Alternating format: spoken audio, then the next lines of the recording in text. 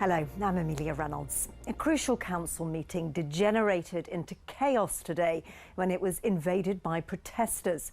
The meeting was called to agree this year's budget for Norfolk County Council, but was abandoned while police were called in. We'll hear from one of the protesters after this from our political correspondent, Andrew Sinclair. It was 5 to 10 and councillors were preparing for this morning's meeting when this happened.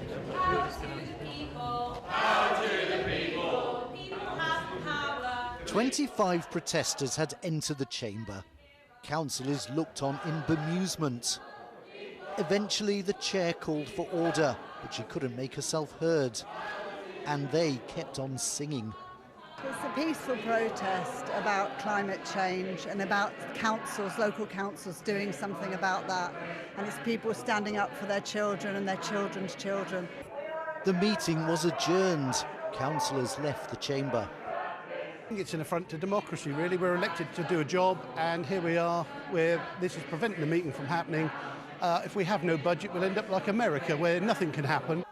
Well, this protest has been going on for more than an hour now, and there's no sign of the protesters intending to give up. I understand the police are just outside the building, and the councillors are very determined that this meeting has to go ahead today, because if it doesn't, no other council in Norfolk can set its council tax.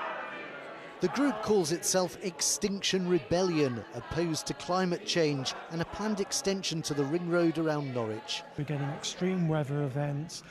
We're going to hit food shortages soon and things like that.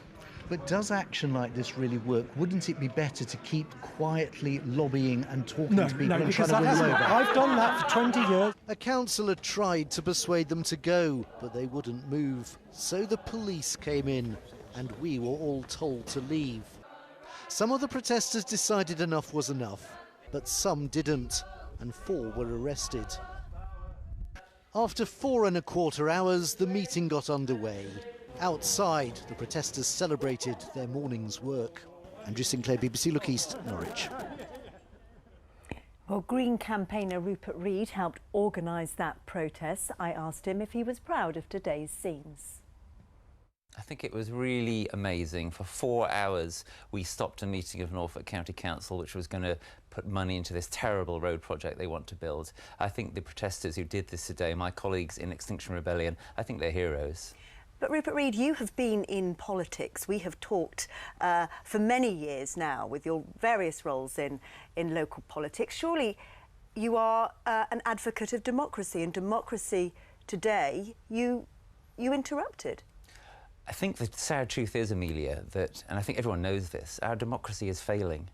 The UN tells us we have 12 years to halve our carbon emissions worldwide. Norfolk County Council plans to build a road that will increase our carbon emissions. It just doesn't add up. 4 arrests today. Are you telling me tonight there will be more protests and more arrests and more council meetings disrupted?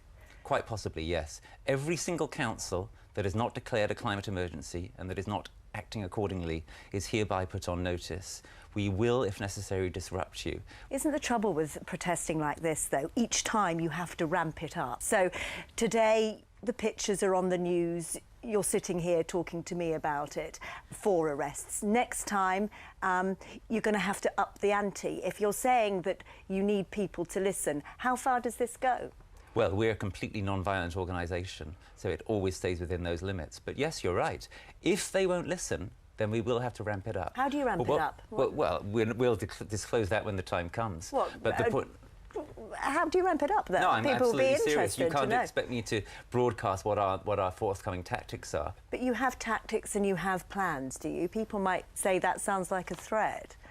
Well, you can think of it that way if you want. We're saying to councils that are not going to declare a climate emergency, we're putting you on warning. So you face a dilemma. Do you do the right thing, or do you face this kind of protest? And all the councils in the East should be thinking about this issue right now. Rupert Read, thank you very much. Thank you.